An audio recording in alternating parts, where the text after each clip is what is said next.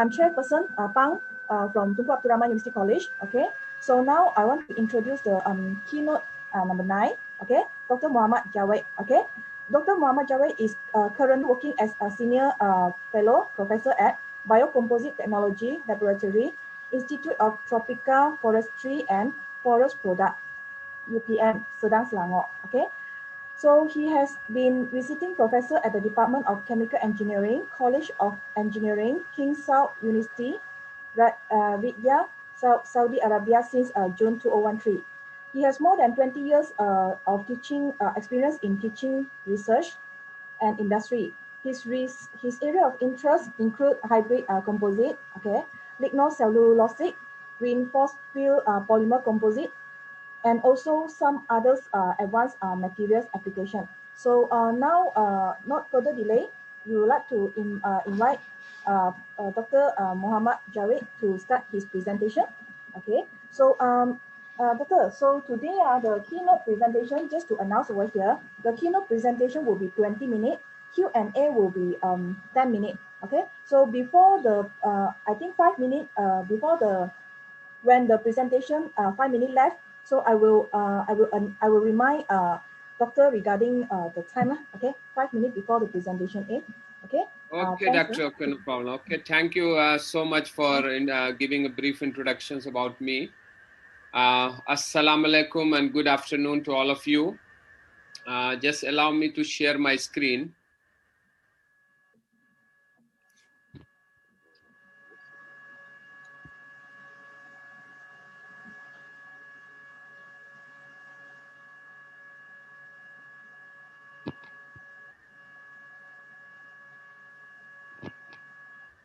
Okay, my screen is clear to everybody? Hello? Yes, it's clear. Yeah, okay. Okay, thank you so much. Assalamu alaikum and good afternoon to all of you. So basically today I'm going to talk about the agro waste as potential materials for food packaging applications. Basically, I will try to take some of the agro waste materials, but most of my thrust on the one project we done on the oil palm based fibers for food packaging applications. So basically that I belong from the UPM. So UPM is one of the, just superficially we go, you know, this is one of the research-based university in Malaysia, and internationally standards, they come under the different ranking, and they have different 15 faculties and 11 institute and 3 higher education center of excellence and 2 school we have. And beside that, we have also accreditations from the different part of the world. And we have also the different collaboration worldwide, and we have also the MOU and MOA with different organizations worldwide. And this is an international student, and we have different exposure of summer schools, and we have different research cluster, and we have some commercialized products out there, you know, and we have a different translational research area is there, that one, and IP and all these things are there. Okay. So this is a brief introduction she already done, so I just go ahead. So this is my research group. It's long ago in January 2019. So basically in this, I'm going to talk about the why biodegradable packaging is needed, agro waste, existing packaging material from agriculture biomass, pulp molded product from oil palm biomass, life cycle assessment, leading of the pulp molded tray, assessment of pulp molded tray for fruit and vegetables, meat, consumer survey at Tesco, plastic versus safe biopack is different standard available, and the market economy, what is possible to that one. So basically when we look the packaging is a very big market, you know. So if we look that 37% of what we call that's the packaging products, it belong to the flexible and packaging materials. And what we call that the plastics food packaging produced and consumes in unsuitable manner. And there are different datas are there, you know, which say that 2 garbage truck per minute in 2030 is going to add, you know, and 4 minutes by the 2050. And basically why we need the compostable and biodegradable materials for packaging. The market for biodegradable packaging is large and growing, and the growth is triggered to a large extent by consumers around the world who are increasingly aware about the negative impact of the what we call of plastics, what we are using in the form of metal, glass, and plastics. And the growth fueled by increasing environmental regulations put in the place by the governments and other legislative body, and it's a multi-billion business opportunities for that one. If you look at the plastic bags have how the marine animals and others affecting even the seabirds, cow, And when we go to the agriculture biomass, it's a very big term, agro waste on agriculture biomass. There are sometimes controversy which things will come under the agriculture biomass or agro waste. So there is, when we take that one, it can be animal waste, it can be food processing waste, and it can be oil palm waste and crop waste. Any form of the crops can be used as agro waste and agriculture biomass. So when we define that agro waste, we say agriculture waste are defined as a residue from the growing and processing of the raw agriculture products such as fruit, vegetables, and crop. And they are non-product output of the production and processing of agriculture product that may contain material that benefit man, but those economic values are less than the cost of collection, transportation, and processing for the beneficial use. And when we look that, there are some already the research done on the wheat straw. So if we look into the wheat straw, very commonly available after getting the wheat, it can be thrown as a waste materials, and it's a valuable source. You can make the plates, containers, ball from this one, and it can be the strong microwave freezers, and you can handle at until the 200 degrees centigrade, and non-allergic and gluten-free and fully compostable you can make with that one. These are some example by the one company. They already make the different types of wheat straw takeaway containers and the wheat straw spoon sets, cups, and other. There is another agro waste which is in high amount because most of the countries are cultivating the rice. So rice is the primary source. As we know, most of us are eating the rice at the what we call at lunchtime or morning, what time, In the Malaysia, we are commonly eating the rice, And production of rice paddy is also associated with the productions of rice husk and rice bran. After taking the rice, you can throw the rice husk, the upper part of that one, and it can be also consist of cellulosic materials, and it can be like they say, around 20% of paddy weight is the husk. And there is one company, they also make the rice husk travel box, rice husk based table worm. And there is another, what we call the agro waste material coir. This is also coconut, what we call the coconut. Generally, we are drinking the coconut waters, and it's very good for the health point of view. So there is another aspect of that. There is a fiber. So it can be the coir tray, coir scray, square seed pots. You can directly make from that without making any modifications to this material. And very beautiful, the coconut shell balls, without any coating or varnish. They can make the balls from that one. And it can be a fully biodegradable and durable and robust enough to be used in the oven, freezers, or dishwashers. And what? There is another agro-based material called erica leaf, It's also available in Malaysia, and different varieties are there. And this is 100% nature process followed to make this eco-friendly trays or plate collections. They collect the fallen leaf, soak it, clean it, dry it, and then it can be make into the different shapes.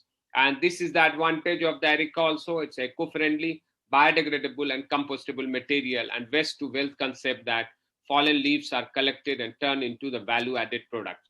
No chemical bleaching is needed. Coating, wax coating at any stage, lightweight, it's sturdy and non-crushable. Microwave also, you can use it. And there is another very big amount of agro waste available is the sugarcane bagasse. Is also the one of the fibrous materials. It generally, after taking the juice, we throw it. And after that, it can be called as a bagasse, and bagasse can be molded into different shapes and product that is perfect for the food service packaging. And this material is also environmental friendly materials, biodegradable, compostable. You can do the microwave, and you can use until 200 degrees centigrade. And there is another that the bagasse, if you look the flow, how the people can using sugarcane pulping, then the hydraulic pulping, and then the pulp mixing and forming machines, and then they can, from that shaping machine, they can make the different types of product by using that bagasse lignocellulosic materials. Now I'm going to concentrate on the more on the oil palm base. So previously we done one project which we call it's a safe biodegradable packaging materials. There are different stakeholders of this what called the project. UPM is leading in Malaysia, and the Nestec Limited from the UK, they are leading the. It's a basically a Newton Wango Omar fund by the Malaysia and UK partners, and there are industrial partners, and we have also the Tesco involved in this project. So basically, this project we done two types of things. One, we make the pulp molding product from the oil palm empty fruit bunch fibers, and one another we make the sheet of that by mixing with the biopolymers, and then we sheet can be thermoform or what we call that's the through the hot press or injection moldings and others, you can further it make into the different shapes. So basically, when we are looking at in the Malaysian context, that one, it's a big amount of empty fruit bunch we have. Is this the problems or not? So we need to decide that one, and accordingly, we can try to modify. So simple, what we call that's the flow chart. If you look that one, the tree is there, and then you will go through the fruit bunch. You can clean it, and after the cleaning, you can make the fibers, and from the fibers, you make the pulp. And from the pulp, you can make the pulp molding product. I will show you the one video which will make the more clear to you. So when we look at that one, why we use the oil palm? Because it's cheaper and available in large quantity and continuous supply. We have no problem because we have the oil palm mill in different parts of the Malaysia.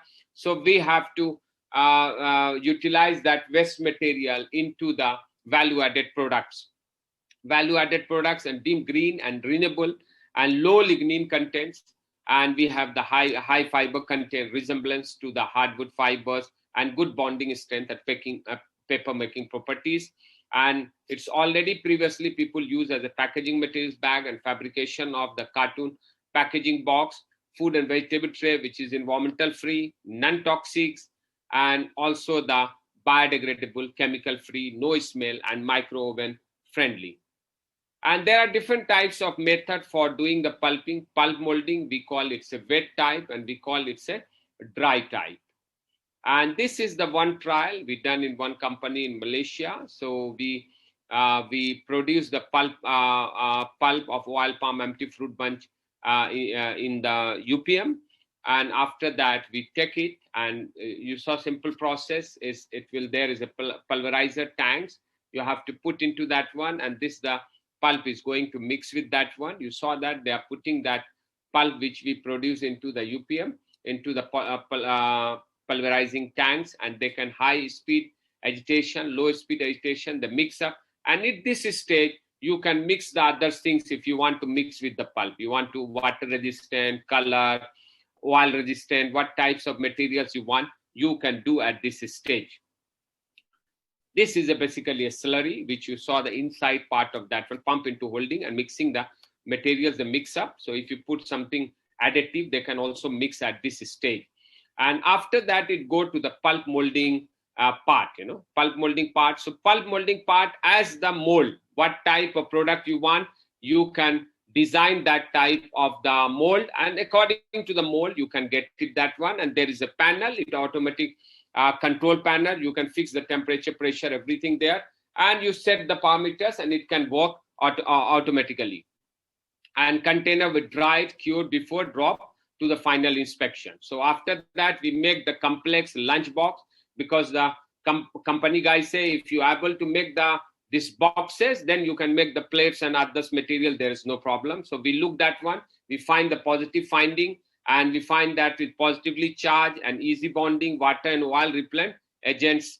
And we done also the second trial we done with the 30 kg of EFB, and that time we don't change the mold, we just existing what the production going on plate. So we produce the plate from that. And there is another trial, we also similar trial we done in UK. So when the UK, they try to make the punnet, their punnet is broken or something happened. You saw the faces that it's not the good shapes they are getting in that one. So we visited UK and we looked at what's the exact problem with them. And then after that, we suggested them that your mold have a problem, so you need to make the new mold. So we designed the new mold in the Malaysia, and then that mold we sent to the UK, and then after that they make it. I will show you the product, but before going that one, there is a small video, 2 minutes. You can watch it, so you can get the more benefits of that.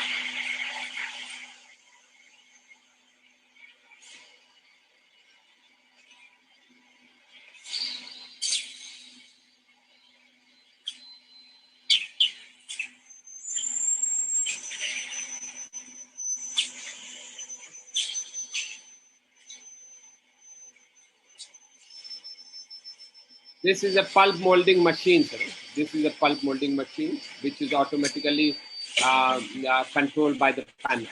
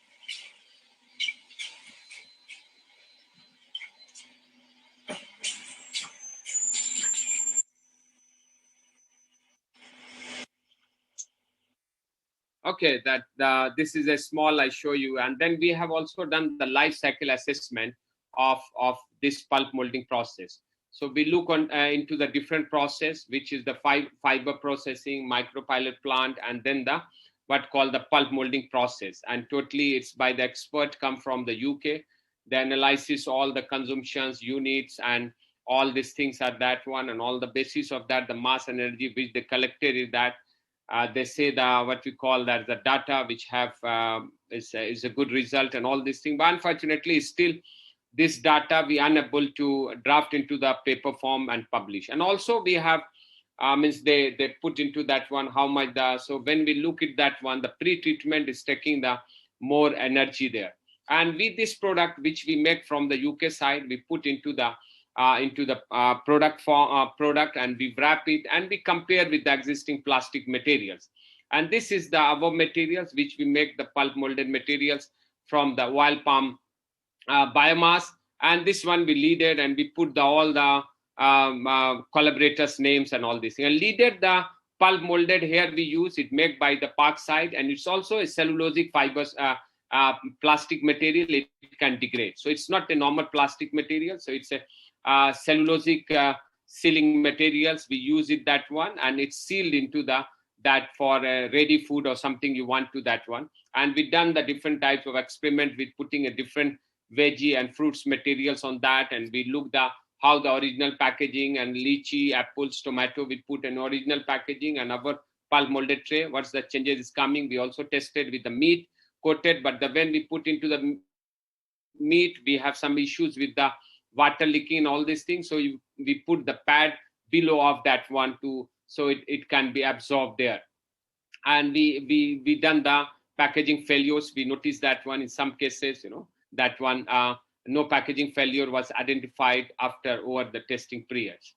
And we also done into its comparable customer study in the Tesco UK, and we asked with the question with the people how acceptable or unacceptable these materials to you. So most of them, 85% people are agree with that one. Then we ask them to that one, which packaging serve with purpose as a produce packaging. 95% customer agree that the safe biopack serve with purpose as produce material. Then we ask them that believe the products will be good quality. The 57% agree with that one. And we find that the significant response from the what called the audience which visited the Tesco, and this is the left side, you green one, you saw the plastic, and right side say biopack, which we put. And key finding is that Pang here, we have 3 minutes left. Thank you.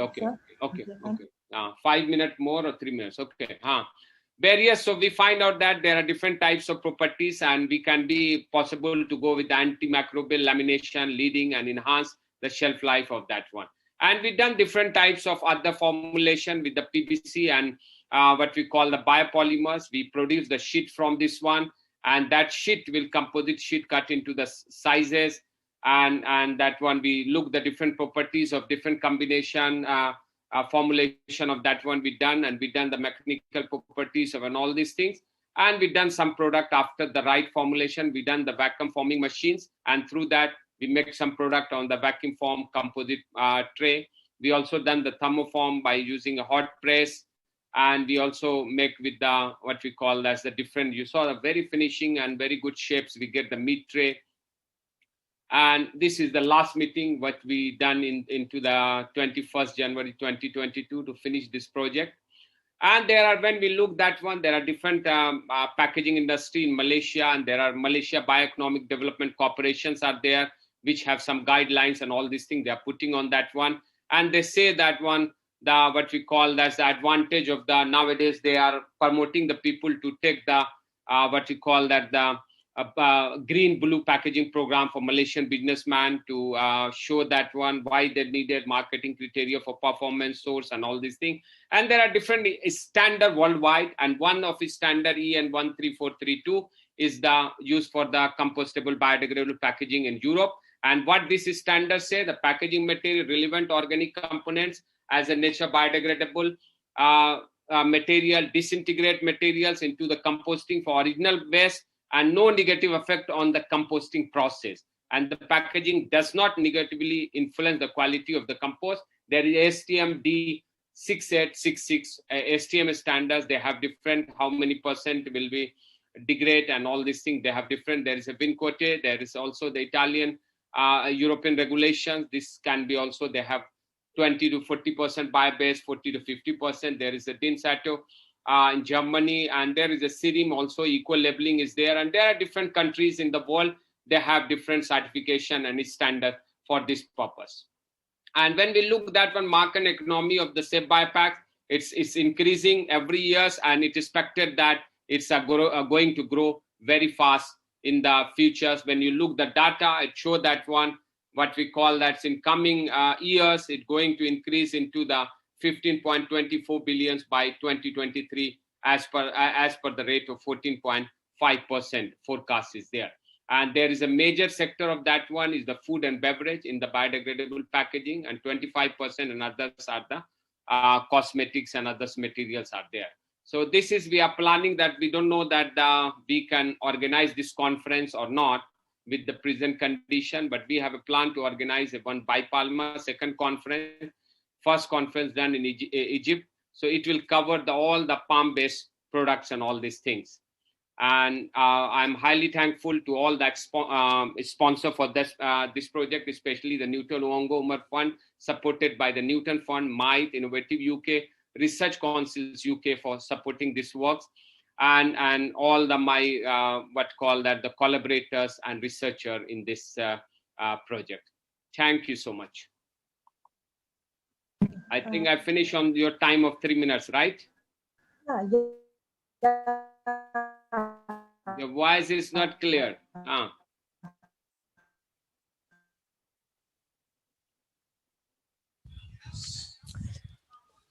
think Pang has freezed. Maybe we open question to the floor. Yeah. Anyone has got any question?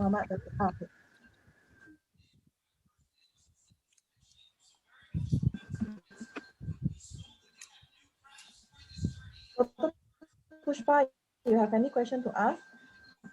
No, actually, I opened the floor for question. You freezed for a while. Yeah. Yeah. So, Dr. Yu, do you have any question to ask? Okay. Good afternoon, Dr. Pang. Good afternoon. Okay. this your product look very attractive and commercial. So I just wonder, is it acid resistant or alkaline resistant in that sense? What's that? Is it acid or alkaline resistant? That can be modified during the process. You can modify that one. You can put the reactant there, and you can, similar like the water resistance, oil resistant, you can do. You need to modify during the process, but it can be possible to do. Oil resistant we already done, water resistant we already done, but chemical testing we don't done. So but hopefully that there is no issue if you will make the during the process, if you add the additives, then it can be modified. Okay, thank you.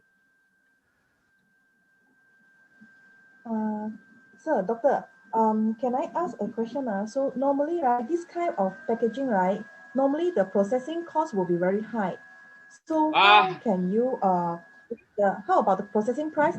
If compared with the commercial processing packaging price is not high. Processing price is, especially the pulp molding processing is not high, not high. Who say high? It's not high. So Pulp molding is not that one.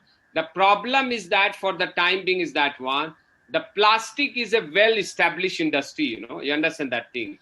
So price-wise, it's very difficult to compete. Like the tray which I showed to you, when we compete with the plastic can get in 10 cents, So we cannot provide that compostable material in 10 cents. So if in the bulk, even that one, we have 20, 18 or double price, you understand that thing.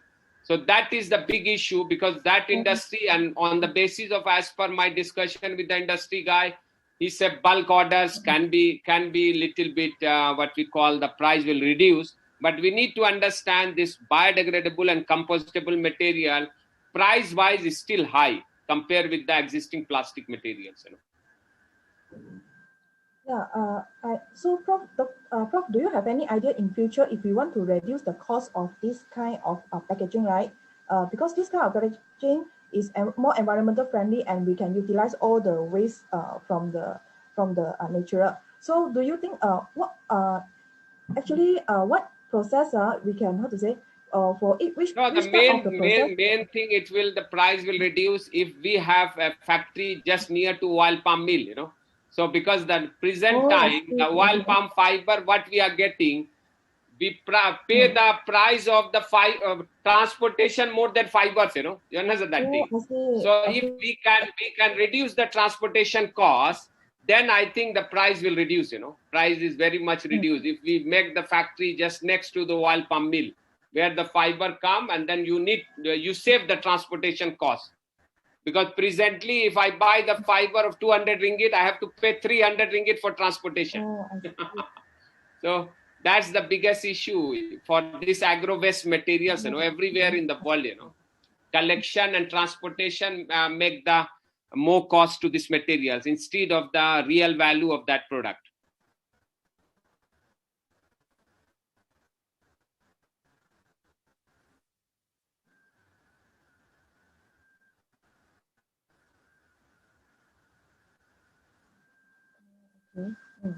So thanks for the answer. Thank you. No problem. I given here my email ID to the audience. My email ID is here, javed@2pm.edu.my.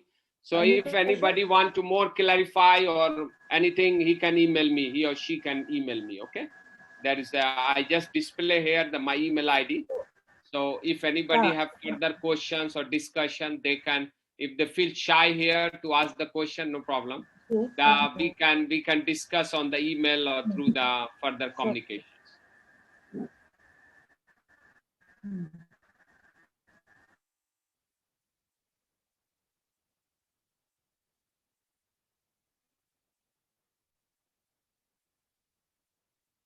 Any another person?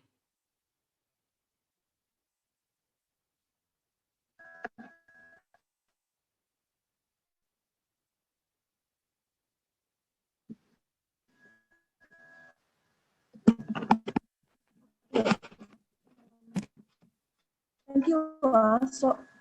Sorry, Dr. Pushpa. my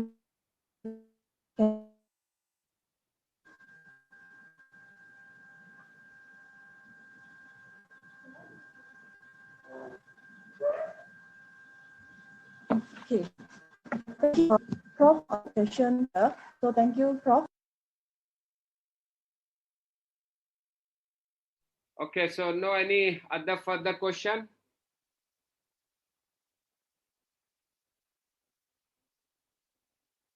Your network is also running, you know.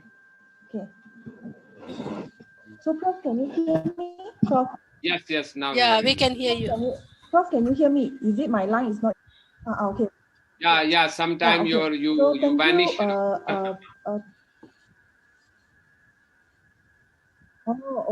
Okay.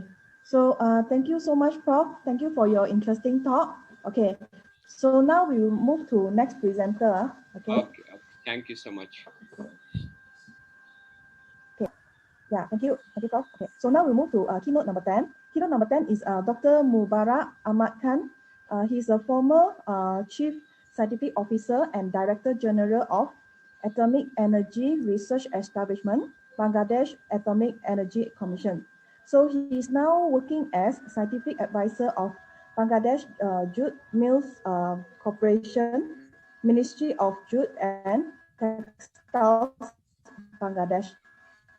He is working in several promising areas of nanotechnology, material science, biodegradable polymers, biomedical science, applied science, and radiation energy.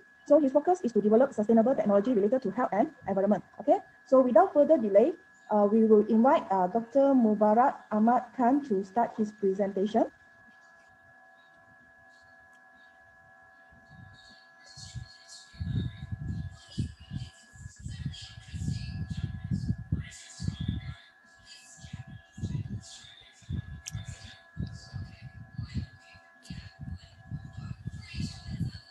Dr. Pushpa, is it Dr. Muhammad Khan is on the line? Yeah, Dr. Mubarak is here.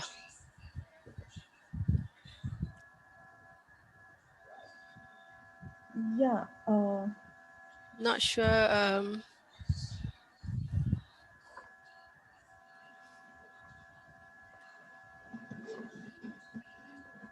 Just texted him. Dr. Pushpa, anyone can contact him? I have texted to him.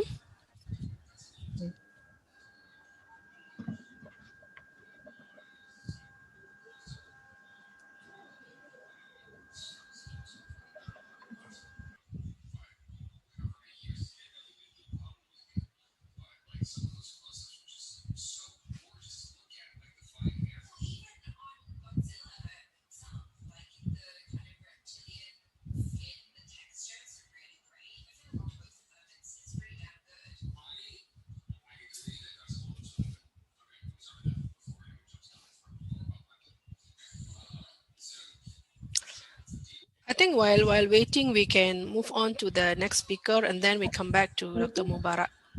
Yeah, I think Dr. Pushpa, we move to the next presenter first. Okay. Yeah. So sorry. Okay. We wait for Dr. Mubarak Ahmad Khan. So I think we just move to the speaker number 10. Speaker number 10, Dr. Ahmad Viramachini from Australia and New Zealand. Okay. Hello. Hello, this is. Hello, I'm speaking. Dr. Mubarak Ahmad Khan, am I speaking? Can you hear me? Yes, we can hear Hello? you. Okay. You can hear? Oh, okay. Can you see my presentation? Yeah, Prof, you can share your screen already. We cannot see your slide.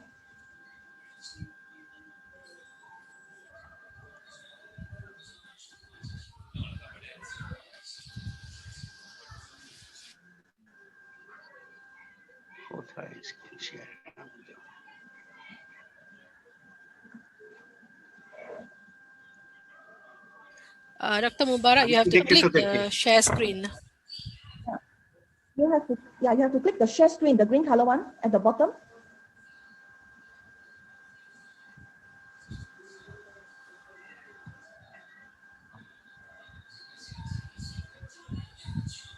সেইটাই তো আসতেছে না আমার এটাতে এটা আসতেছে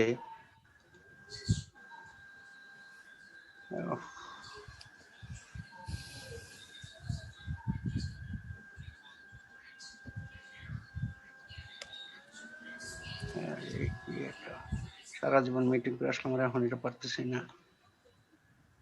এটা প্রথম থেকে এটা একটা ঝামেলা করতেছিলাম।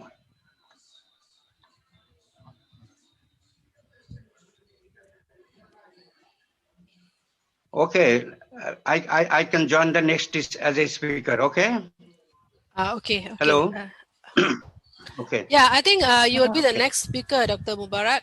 We will call the next speaker. Then after that, you will be coming back. Okay. Okay. Thank you. All right. Thanks. Okay. Thank you. Dr. Ahmad, are you ready? Dr. আমি Ahmad? তো সব দেখতেছিলাম জাহিদ, কিন্তু তারপরে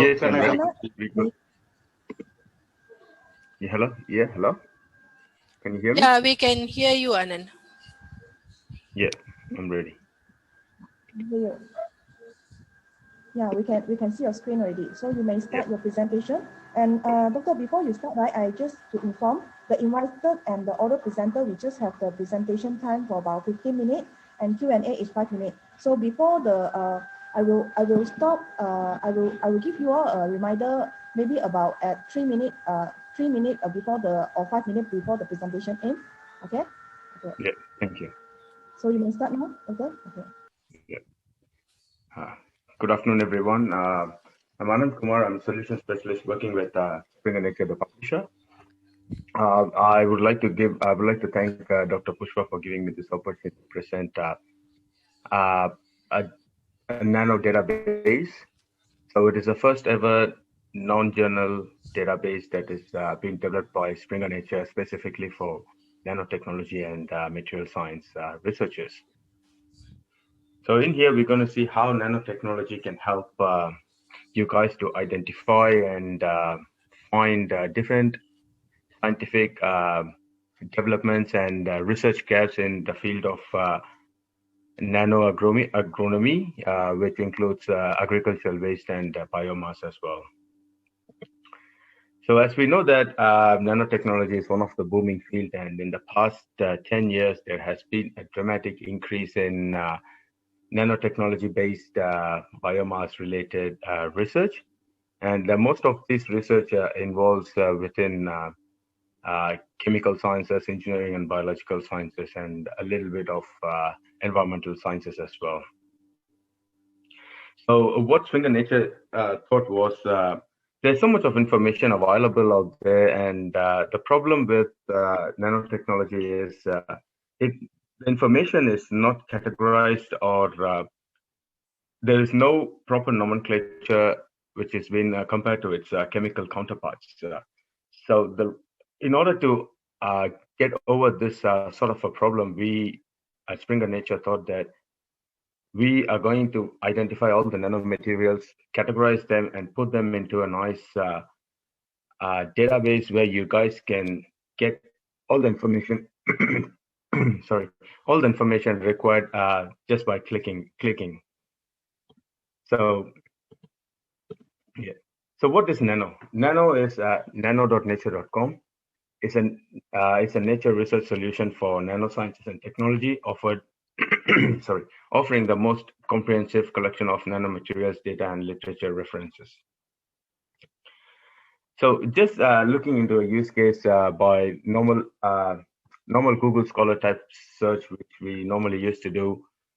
So there are about 72,000 results for nanotechnology and biomass as a generic term.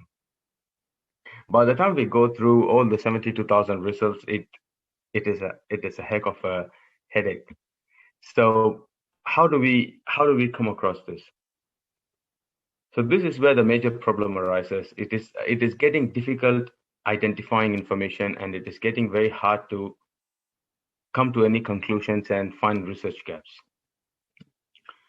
And also one of the major problems that we identified was the indexing output of Google search is very poorly worded. For example, the same article in Google search and the same article in Nano has a very different indexing tool, as you cannot get much of information of what the indexing is got to say in Google Scholar, but in Nano you get an information like what this article discusses about and what are the dynamic index taken directly from the text.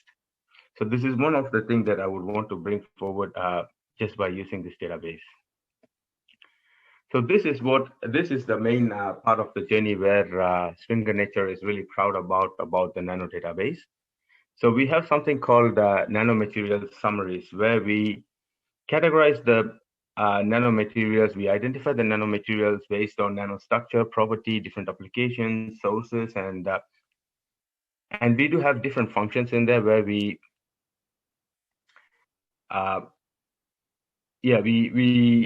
take the information from the journals and we categorize them, put them in the table, and it is all done by real scientists.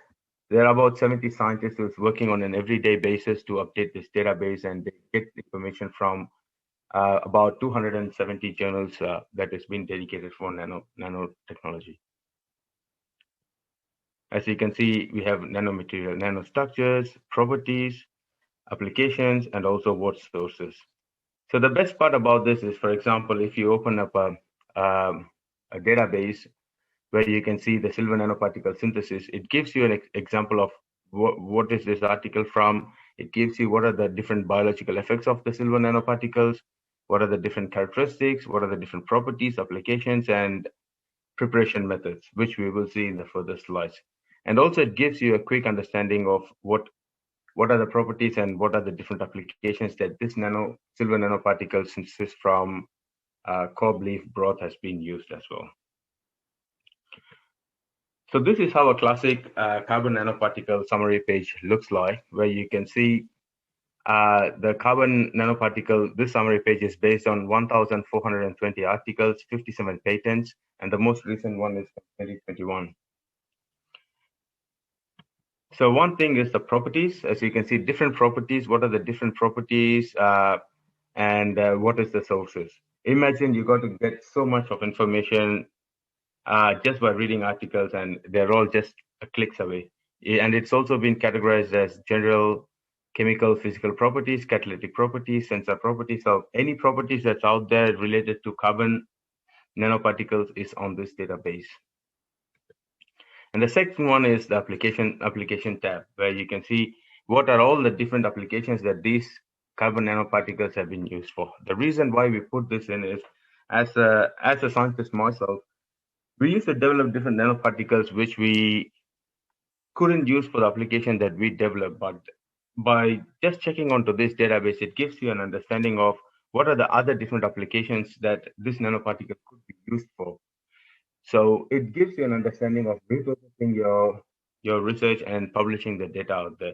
As you can see, this is the carbon nanoparticles have been used for various applications like polishing, agrochemicals, coatings, diagnostics, drug delivery, and what are the applications, what are the nanomaterial variants, and what are the different sources that this information is coming from. And this one is called, and the next one we have is a characterization tab, where you have different characteristic methods like chromatography, AFM, DSL, spectrophotometry, DLS, photoilluminance, and all sort of application methods. And what are the nanomaterial variants and where is the source from, as usual. And also, if you further click into one of the applications like AFM, you can see what are the different journals and what are the different papers that spoke about the atomic force microscopic for carbon nanoparticles also being given here. And also, what are the different biological effects of these nanomaterials has also been discussed in this page as well, where you can see what are the different biological systems like cancer cells, mouse models, or T cells. What are the tests they have done, lung uptakes, cell uptakes, cytotoxicities, what are the nanoparticle variants, and different sources as well. This is what we actually take pride upon.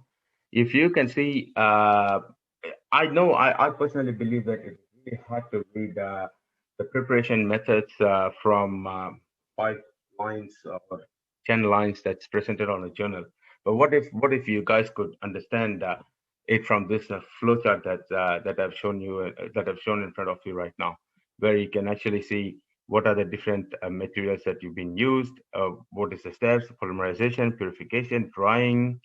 So all the nanomaterials, they have been categorized and summarized into different preparation methods. There are about 145 different preparation methods for carbon nanoparticles. And some of these are examples where they've used biomass, and this is where our database will be a lot different from using a Google type search engine. And also you can see the synthetic methods where they have used damped beans, and what are the drying, carbonization methods, grinding, and final product, and what are the characteristics of the final product. So I personally think that this will actually help you guys to identify different research gaps and also identify what are the current trends, and figuring out how to write your literature review will be quite easy. So we do have a referencing tab where you see all the references and what are all the information that's coming out there from the papers as well. So how do we do all this? So we have about 200 plus nano-related journals that we identified as top quality journals. And we have a supervised machine learning system where it actually picks up the algorithm and the data, nano data. And then we have a group of scientists who actually create a metadata out of it. And then we categorize the metadata based on the concept and the articles, and then we put it into our database. So there is a lot of work that is happening at the background for the information that you guys see out here. So how do we do it? As such, there's a top journals where we actually filter out the information. We categorize the information based on what are the informations that you see, and then we put them we create nanomaterial summaries. And it's a three-step Q&A process where you have patents, toxicity reports, properties, size, nanostructure types, compositions, applications, and preparation methods. The best part about our database is also the patent session that we have in the database, where we, I don't know how many of you guys are looking to the patents, but patents is one of the most informative session. And the problem with the patents is it comes from different countries like Germany, France, Japan, and most of them are in the local languages. I personally can't read all the languages. So what this database allows us to use is it translates all the patents in relevant whatever language it could be into English, and then gives out what are the top 10 claims that has been made onto the patent as well. So you don't even have to go and read the patent as a whole, but all you have to do is just read the claims and you will know what the patent is talking all about. So there are about 200, compared to 27,000 articles in nanotechnology, there are about 282,000 articles on patents on nanotechnology and biomass, which means this industry is more on the commercialization side than on the research side for academics. And this also you can also filter them by countries, filing years, and patent offices as well. And this is the claims that I was talking about, where it translates and picks out the top claims of the patent, and you can see it even without opening the patent file. So once you open up the patent file, this is what we see, and I find it really difficult to read a patent application file. So how do we do it? So we have access to all the patent offices in the world, which is about 110 million patents altogether. And this will be gone through a selection process, and our nano experts will categorize it. And then they will put it into the database as I showed you guys. So altogether, Nano is a discovery tool, that artificial intelligence-based discovery tool, and it also has nanomaterial summaries, and it is a very nano-specific functionality. So what does this mean is it helps you guys to identify the research gaps. It helps you guys to do your literature reviews. and it saves a lot of time, and it's just clicks away. So thank you, guys. Is there any questions that you guys are interested in about?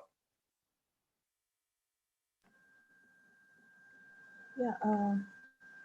Thank you, Dr. Ahmad Kumar, for sharing this. So it's very useful information. So now we open the Q&A to the floor. Do you all have any question to ask from Dr. Ahmad Kumar?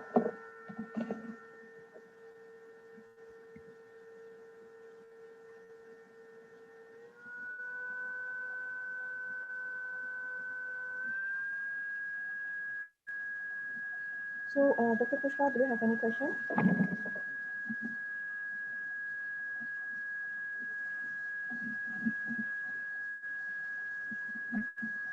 Yeah, I think, Doctor, I think the audience a bit shy to ask a question. So, Doctor, do you have is it the email that inside your proceeding they can contact you so that they have any question regarding when they want to Yes, search definitely. Yep. Yeah, I can share my my profile, and then and then we can definitely do it. Doctor, I looked at your the abstract of your presentation. Yeah. So it's mentioned about the identifying and evaluation biomass derived from the nanomaterial using A and I discovery tools. So A&I, what it means actually? It's an artificial intelligence tool that that I spoke about. So what this artificial intelligence tool does is it actually helps you guys to save a lot of time, and it actually helps you guys to identify what kind of research is happening, what is a new trend of research is happening. Sometimes we do research which might be obsoleted or old, and people might have done something really new out there. So this gives you access to the world where you can keep up to date information about what is happening in the relevant industry in nanotechnology. Okay. So is it this we have to subscribe it, or is it open? Is it free for? No, this is available through university. So yeah, so you guys can also get in touch with me for a free trial. Just shoot me an email, and I can organize a free trial for you guys. Oh, I see. If let's say our university is not subscribed to the Springer yet, they can contact doctor regarding this. We can have a trial run first. Then after that, we make sure that it is we really need it. Then after that, we subscribe to this thing, right? Is it? Yes, it's a cloud-based platform, so it's just a website that you got to go, and it's same like Google, so you don't have to download or can be accessed on any devices. So that means as long as our university have subscribed Springer, then shouldn't be a problem, right? Yeah, no problem at all. Oh, okay. So, Doctor, this kind of the searching machine, is this searching tools, right? Already stuff for some time already, or just quite new? Yeah. This one is a 3-year-old database that we have developed, so it has gone through a lot of development in the last 3 years. Yeah. Okay. Oh. So, beside like we can look for this kind of the category like the nanomaterials. So is it they have like for example like other category like polymer, or other category for example is like ligand, they also have this kind of searching machine, is it? Sorry, I didn't get your. Sorry, I mean like, is it just for nanomaterial? Is it for others research field also that have this kind of the searching machine? Yes, there are. Yes, there are other research solutions as well. There are something that we have Springer experiments that we call for protocols and different protocols, which is also free to use. And also there is a Springer materials database, which is most like materials and their properties. So it is critically evaluated. So we are moving into a generation where journals are going to be obsoleted. Most of the journals are going to be into open access, and the new market and the new generation is going to move into databases as well. So this is the future of the library. Yeah. So we want to be the pioneers in it. Thank you so much, Doctor. We really gain a lot of knowledge from your presentation today. Okay, thank you so much. Okay. Yeah. So Now, can we move to the next presenter? Okay. So now we want to thank Dr. Ahmad for your good presentation. So Thank you now very we much. move to the keynote 10. Dr. Mubarak Ahmad. Doctor, are you ready?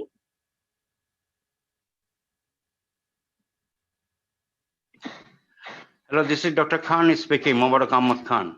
Oh, yeah. Can you share? Yeah. Can you hear me? Can you share your screen? Here, we can hear. Doctor, can you share your screen? Can you see my? Hello. Yeah, okay. So doctor, you can see your screen already. So you can start your screen. You can start your presentation. Can you see my screen? Yeah, can, doctor, can. Okay. Can I go forward now? I can go forward with. Now can you start? Yeah, doctor, you can start already. Doctor, you can start your presentation already. Okay. Can you see my presentation? Okay. Yeah. Now I can. So, Assalamu alaikum and very good afternoon. Today I am going to talk about the innovative and cost-effective techniques for the recycling cellulose and mixed waste jute and cotton industries. So this is the theme. So we can use the juiced agro waste and garments, ready-made garments waste. We can use or recycle, or we can make the value-added product. So this is actually statistics of the for the textile consumption. All the natural fibers, 35 total produced is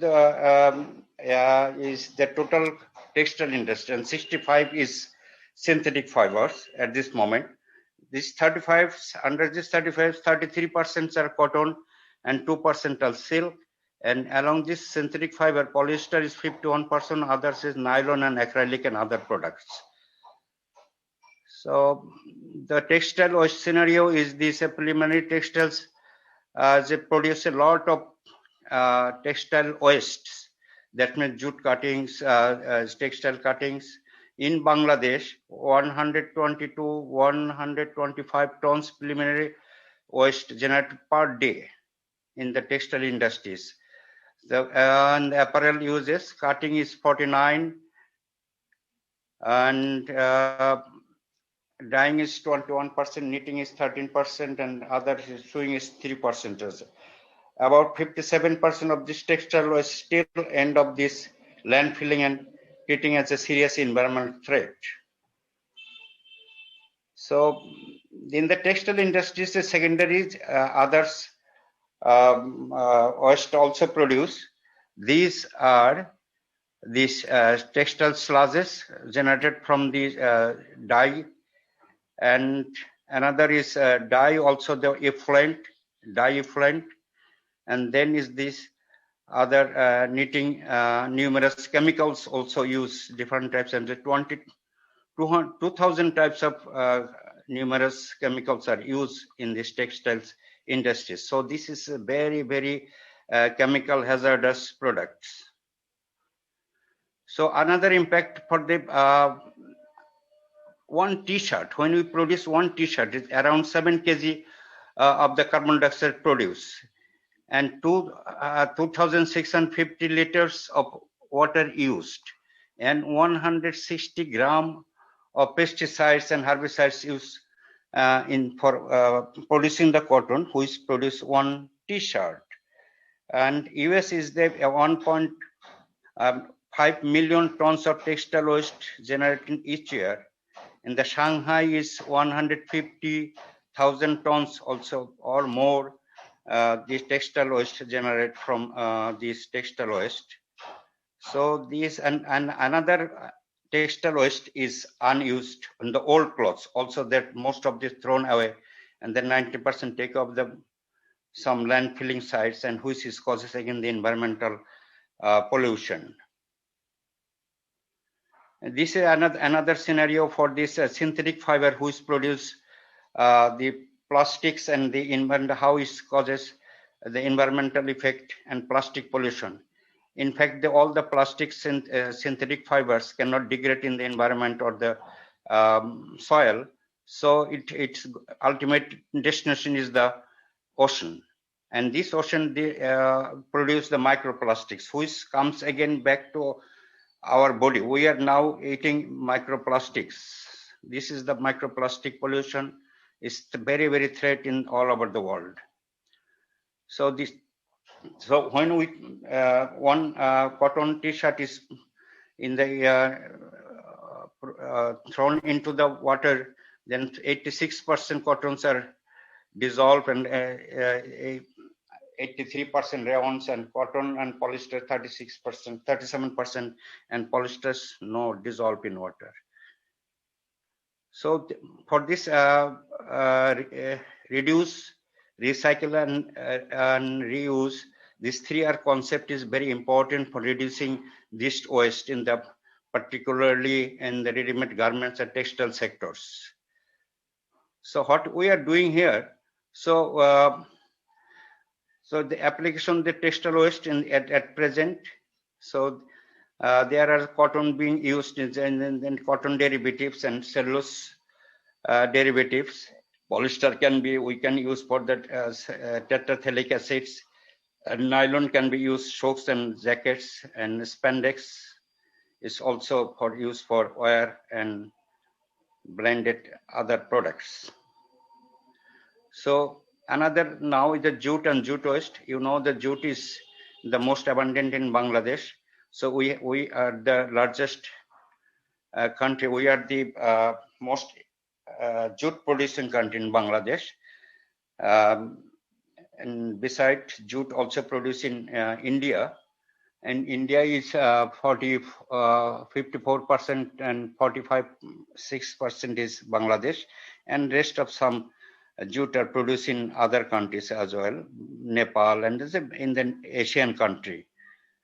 So this possible application of jute, mainly jute and jute waste, that's jute caddies. Caddies means is the more meal waste that could be we are using for fiber. We are making fiber. We are making the biodegradable polymer.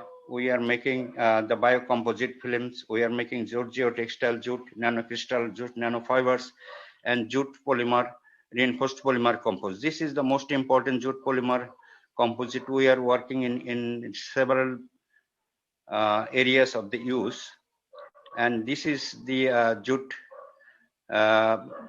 biopolymer. This is totally biopolymer. So we are preparing the jute biopolymer.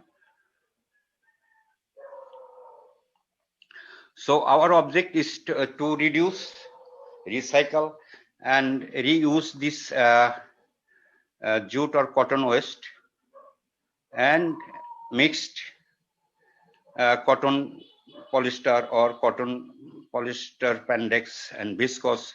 So these are the very threatening elements for the environment. So we are preparing the polyester and spandex from the jute fibers, and we are making water soluble derivatives from the waste cotton, that's CNC carbon nanocrystals, and rayon cellulose. We can make the carbamide, lyocell from the jute caddies and recycle the waste cottons. Here is the we have mentioned the carbamide is now the very important textile fibers. It's very, very expensive, but we can prepare from the waste cellulose to establish the optimum and cost-effective process. So this should be we are not producing again is any waste. So we developed our project is cost-effective as well as environment friendly and closed circuit system and closed loop systems, and we characterize our products. So this is the methodology for waste fabrics, how we can make different products from the waste fabrics. So whether is a mixture of cotton, viscose, polyester, spandex, and blended. So we can separate each of the elements, cotton, viscose, polyester, spandex, we can separate it, and we can use there further we can use for value-added products for this product. So the methodology of the jute waste, how can we make this? Jute is the mainly constituents of 3 main ingredients. One is lignin, one is hemicellulose. Lignin is 10%, hemicellulose is around 20%, and jute is 70%. Jute cellulose is 70%. So we are making this. Lignin is very important biopolymer. Hemicellulose also very important biopolymer, and cellulose we know that we can prepare the cellulose carbamides and cellulose film and cellulose nanocrystal, cellulose nanofiber. So many things we can prepare this cellulose. So we can collect these tetracyclic acid from the polyester from this blend, and we are also making the carbomethoxyl cellulose, that is a CMC, is a very important chemicals in the textile and other purposes. But we produce this CMC. You can say this is one-step method and very high quality CMC and environment friendly method. We developed a new method, very less time consuming and less chemical consuming and cost effective. So this is the methodology for the CNC carbon nanocrystal, cellulose nanocrystal preparation. This is also environment. It is not the traditional method. We developed our new method, which is going to be the very important and environment friendly method. And advantage our developed method, we reduce the time, we increase the value, and the quality, we ensure the quality, and everything is very good in manner. So application of tetrafilate, we know this how use this tetracyclic acid TPA. I'm not going to discuss everything. And also the CMC, how it could be used in different fields of the CMC. And the cellulose nanocrystal, also there are so many uses cellulose nanocrystals in different industrial areas.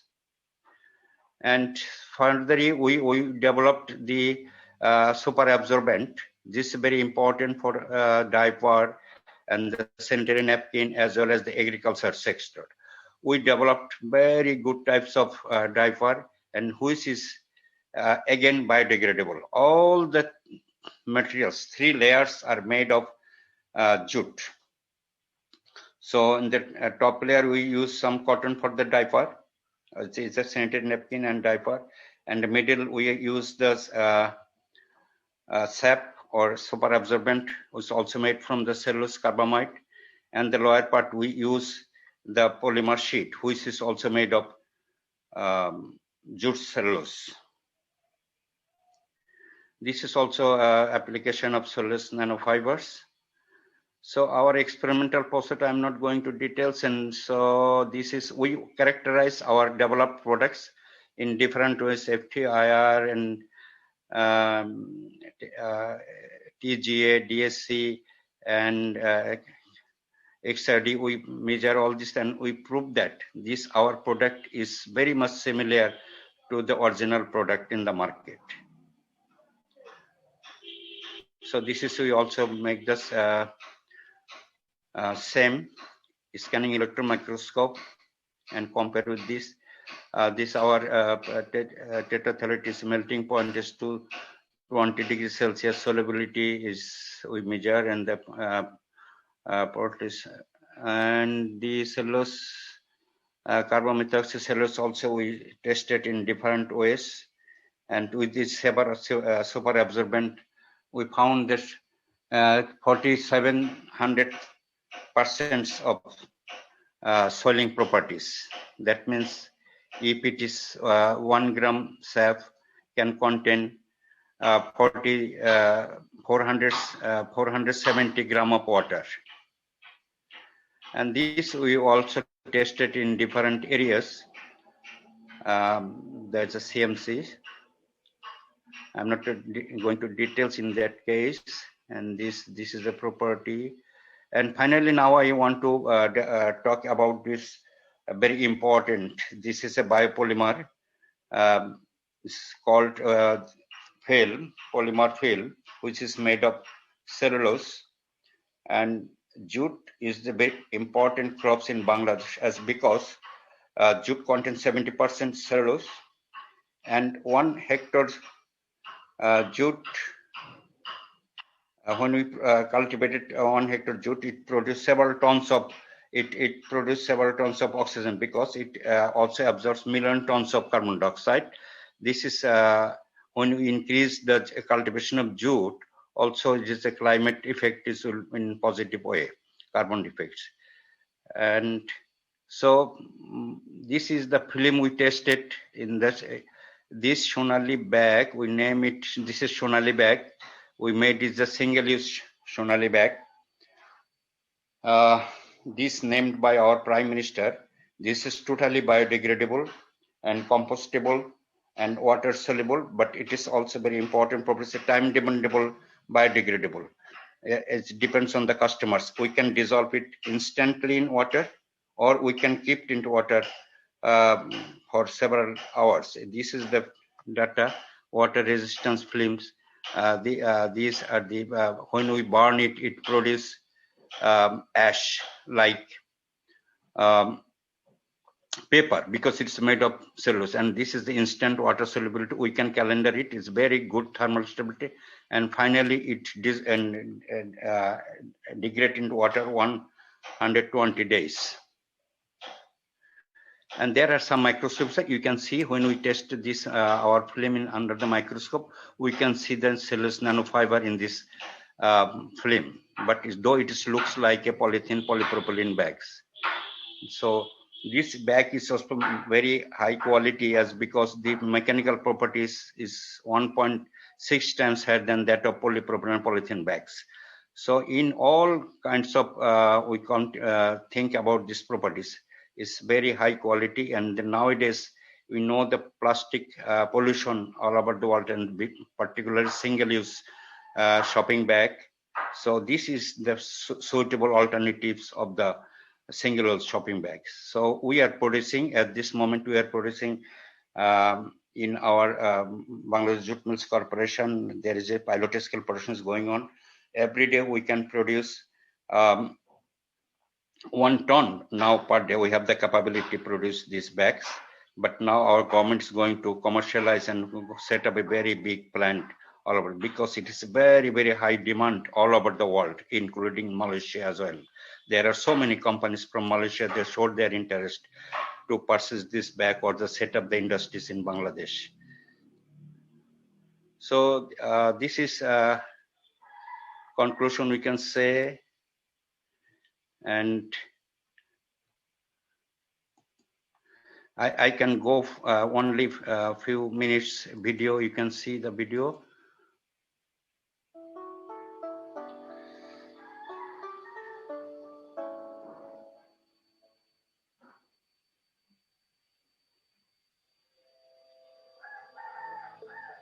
For the last half-century, plastic has become an integral part of our daily life.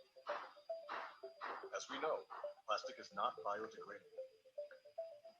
According to estimates, from 1950 to 2018, approximately 6.3 billion tons of plastic has been produced worldwide. And currently, 380 metric tons of plastic is being produced each year. Plastic, combined with the industrial, agricultural, and urban waste pollution fueling the algae explosion, causes oxygen deficiency, resulting in the death of marine life. With sustained pollution, this created dead zones which exist on 400 locations around the globe.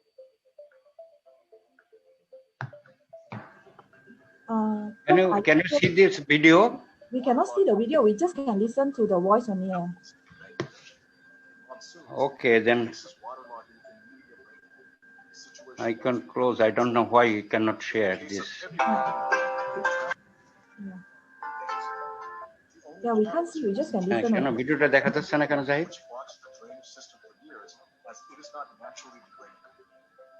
In fact, the severity led the government to formulate the Environment Conservation Act in 1995.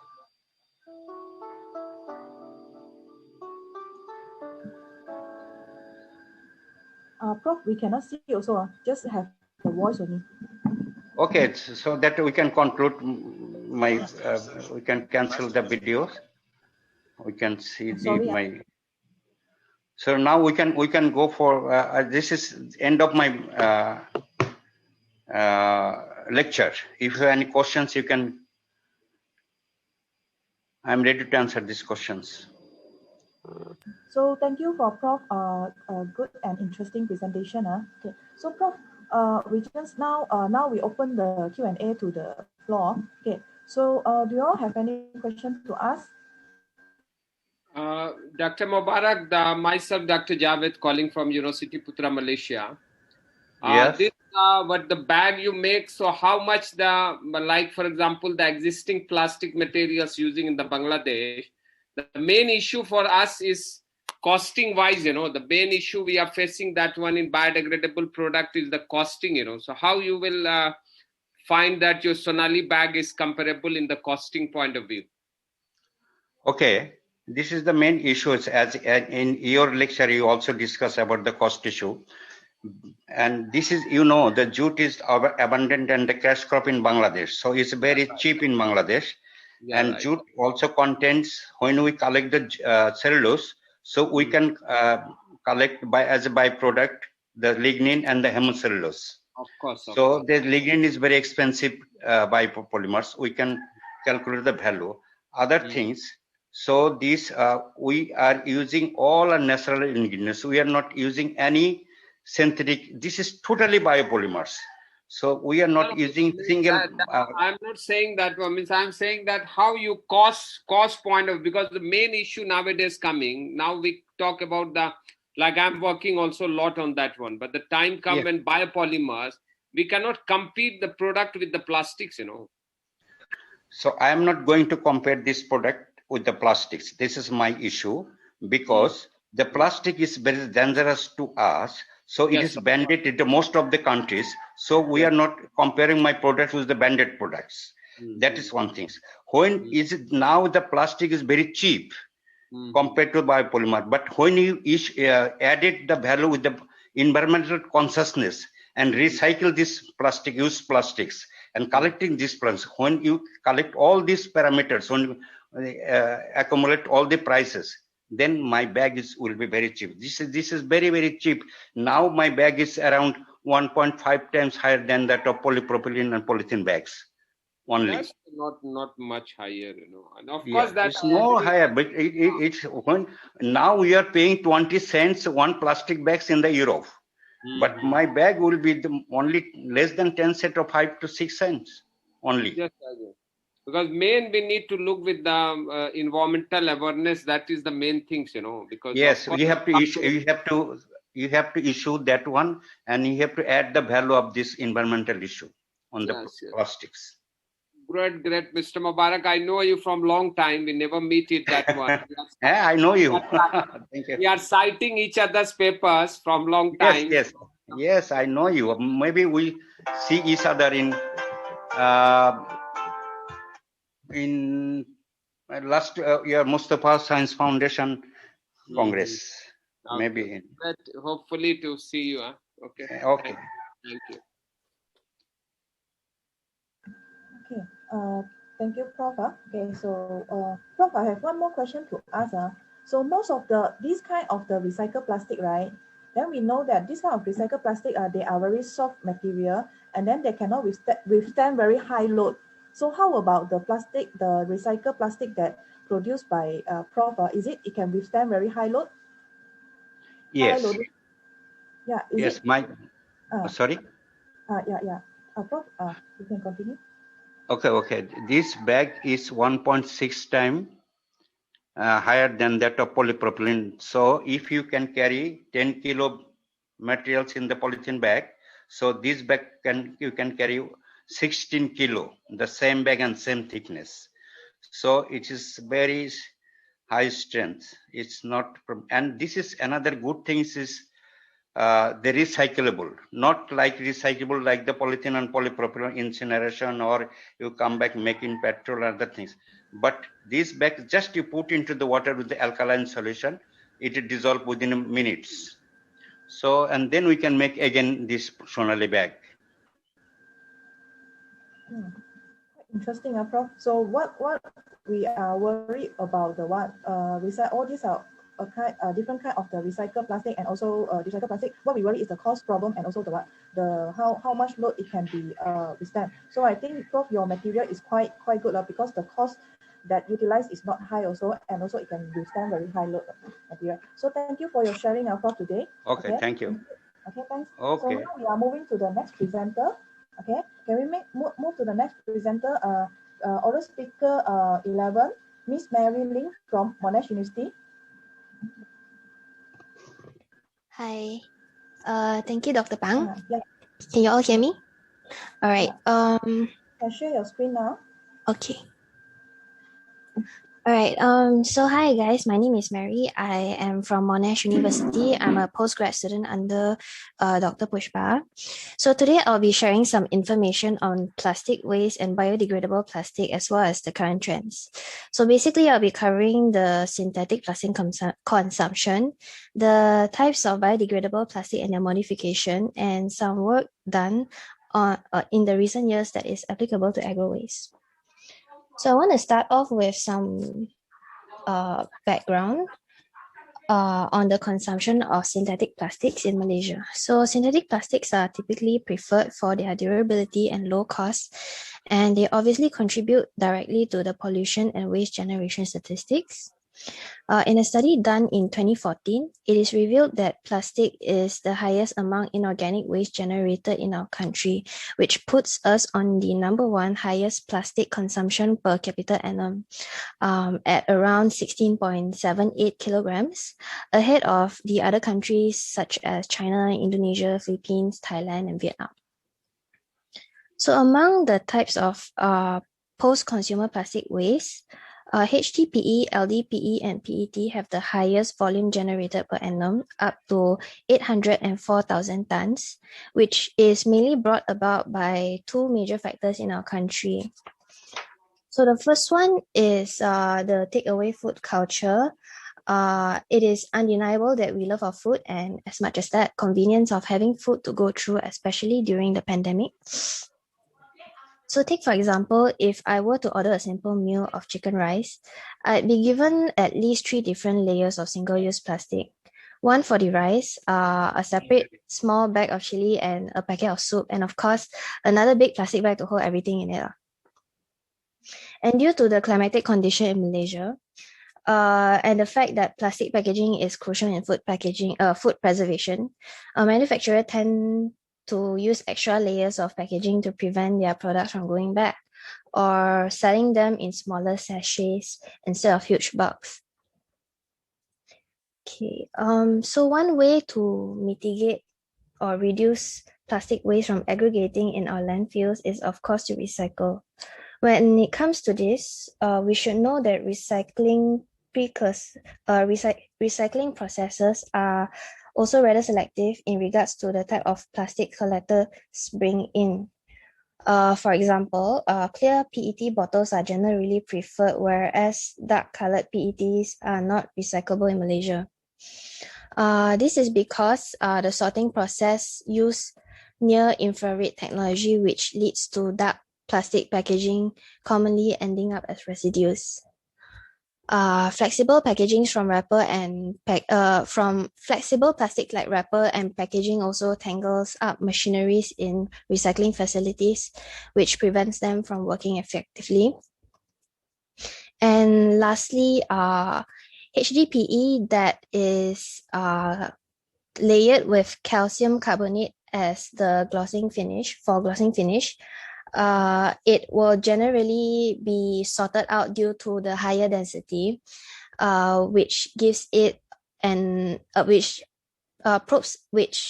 causes the difficulty to distinguish HDPE from ABS. So it is generally more difficult to recycle. So with all of these factors adding together, of the 804,000 tons of plastic that I mentioned earlier, only 169,000 tons are actually being recycled. So that brings us to the next course of action, the application of biodegradable plastics. I'm sure by now we have already heard a lot about the advantages and the types of bioplastics, so I'm just going to very briefly brush through this section. Okay, so the first type of bioplastic I'd like to highlight today is polylactic acid, which is one of the most widely used biodegradable plastic commercially, up to 47% on a global consumption scale. It is made by fermenting agricultural starch and renewable feedstocks such as cornstarch, sugarcane, potatoes, rice, and wheat, etc., and it is completely compostable. On its own, it has good mechanical properties such as high strength and modulus, as well as its biocompatibility. In Malaysia, there are numerous distributors that provide PLA for the purpose of plates and cups made from cornstarch and rice. And a study in 2014 even highlighted the use of KNF, one of the Malaysia major commodities for the production of PLA. Next, we have Polyhydroxyalkanoid, which is a class of polyesters made from bacterial fermentation of lipids and sugars. So in this slide, you can see on the right picture, PHA is actually, in its native form, it's a storage component in bacteria that is produced during neutral limiting conditions. And it's generally broken down into three classes, short, medium, and long chain length, depending on the number of carbons on the R group, as you can see in the structure here. And there are a lot of efforts made in Malaysia to produce PHA. One of it is using palm oil and its effluents as the carbon source, suggesting that it can be coupled with wastewater treatment, depending on the strain of bacteria used. With the advancement of agricultural sectors in Malaysia, the country has been one of the major producers of starch and sugar globally. For this, the local government has urged the production and use of bioplastics derived from renewable feedstocks, which brings me to starch-based bioplastics. So starch on its own has a low degradation temperature, so it has to undergo a series of preparation steps called destructuration, whereby it is heated with high boiling plasticizers and destructuring agent to produce a feasible bioplastic called thermoplastic starch, TPS. Generally, TPS is hydrophilic and it has weak mechanical properties. So it is constantly added with plasticizers, compatibilizers, or modified with blending or grafting to produce polymer composites. The goal is to reduce water uptake ability as well as improving the physical strength. Next, we have cellular-based plastic. It is a plant-derived polymer, and it is probably the most studied bioplastics in our country due to the abundance of agricultural waste as feedstocks. Such examples are oil palm empty fruit bunches and rice straws.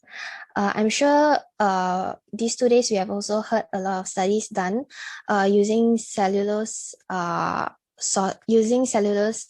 feedstocks such as CMC and nanocellulosic components. It has a higher degree of crystallinity, which makes it a more stable polymer compared to starch. It also has significantly better mechanical strength, moldability, and impact resistance. So cellulose is blended with other polymers for the sake of making the manufacturing of materials more economical and enhancing the biodegradability and water uptake ability.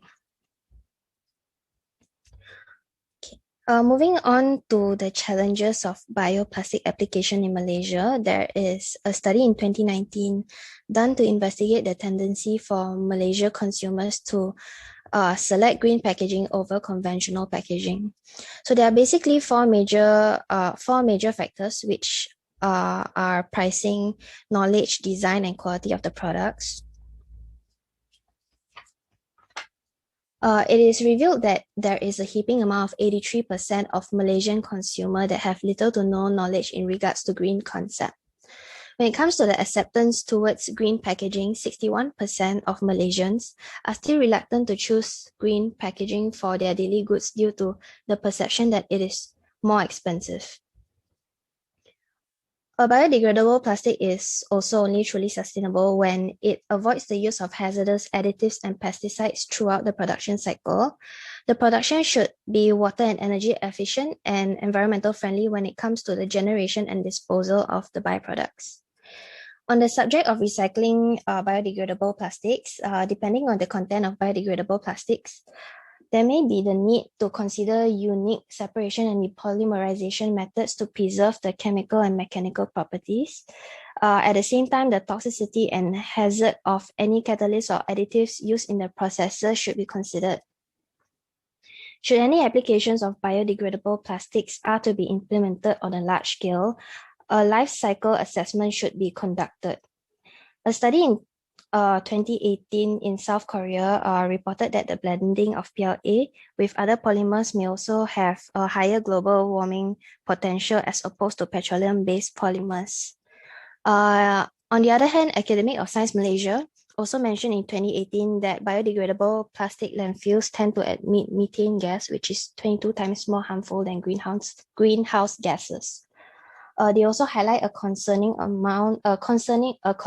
marine littering, as substituting conventional plastics with biodegradable alternatives do not solve littering problems. If anything, it only exacerbates the littering issue. They are saying that we should consider the discrepancies between the biodegradability of plastic in marine versus terrestrial environments. Surely some biodegradable plastics such as PHA tend to degrade better in marine environment, but this matter still has to be treaded lightly. Okay, the conclusion is biodegradable plastic seems to be the right step to take, whether it is to tackle synthetic plastic waste issues, develop more advantageous materials for commercial and industrial applications, or upcycling of agricultural waste. The benefits of using biodegradable materials should be advocated to increase the public awareness and normalize the application, though it is not the solution to littering. The life cycle of biodegradable plastics will still have to be studied thoroughly in order to conserve the well-being of the environment. So that is all I have for today. Thank you for listening. I'm happy to take any questions now. Okay, thank you, Ms. Mary. Right. Now we open the Q&A to the floor. Mary, I got one question. Dr. Pang, you are talking about plastic biodegradable. After Yes. it degrades, will it Yeah. become microplastic? It depends on the type of bioplastics. There are a few types that I highlighted earlier. They are generally fully compostable and biodegradable, but there are other types that they don't degrade completely, or they take a very, very long time to degrade. So there is the need for biodegradable studies if we were to apply any new bioplastic innovations on a large scale. Because the main worries that we are having is microplastic. That's why I'm slowly changing plastic from plastic to bottle, let's say glass bottle, this and that. If both come to the same, then no point doing, you see. End of the day, it's the same. This is my view. Thank you. Thanks. Thank you so much, Dr. Yu, for your comment and question. Okay, so now do you others, professor or doctor or any of the master or PhD student, you all have any question to ask?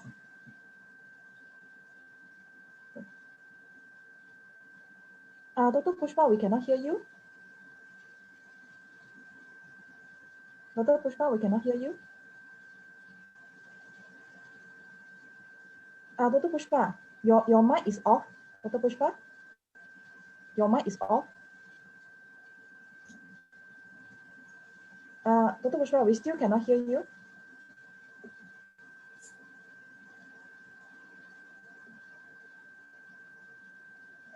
I think Dr. Pushpa, your mic is mute.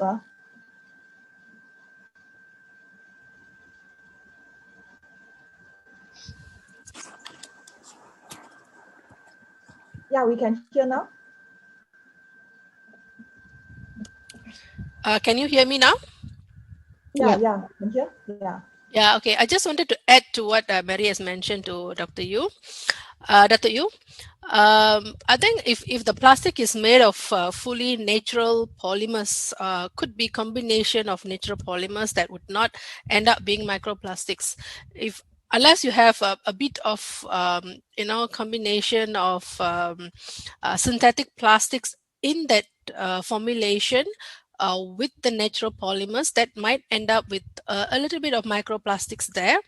But if it is a compostable formulation, meaning you might have starch and cellulose, or you might have cellulose and chitosan, so which that goes completely, decomposes to carbon dioxide, which would not end up being microplastics. So it depends on the formulations that we are making to make the plastic. I agree, Dr. Pushpa. So we have to monitor closely. When you say biodegradable, is it 100% or 80%? Yes, biodegradable is different than compostable. Compostable is directly goes to carbon dioxide and water. Biodegradable, it goes to fragments of polymers. Yes. Yeah. Fully agree. Yep. Yeah. Thank you, Doctor, for your input. Yes. Thank you, Dr. Yu, and thank you, Dr. Pushpa. Okay, thank you, Miss Mary also. Okay, All right, thank you. Very interesting presentation. So now we move to our next oral presenter. The next oral presenter is Mr. Ang Wei Sing from Tunku Abdul Rahman University College.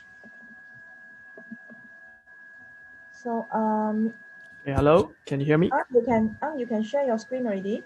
Yeah, sure. Can you see the slides? Okay, we can see the slide. So just to remind you, the presentation is 15 minutes and then the Q&A is 5 minutes. Okay, you may start now. Yeah. All right. Good afternoon, everyone. And I'm Ang Wei Sing. I'm currently having masters in Thai UC, Tunku Abdul Rahman University College. And today I'm going to present about my ongoing study entitled Optimizing the Pyrolysis Temperature of the oil palm EFB based on the removal efficiency of nickel and copper ions in water. Let's go on to the problem statements and sorry. Okay, first of all, water bodies like rivers, lakes, and seawater pollution is crucial and emerging issues in most of the developing countries, and this includes Malaysia as well. And heavy metal pollution is one of them. Well, I think most of the speakers since yesterday is already mentioned a lot on the oil palm biomass waste, and today just gonna briefly touch through it. And since EFB is one of the oil palm major oil palm biomass waste, and so I've chosen it in my study for my study.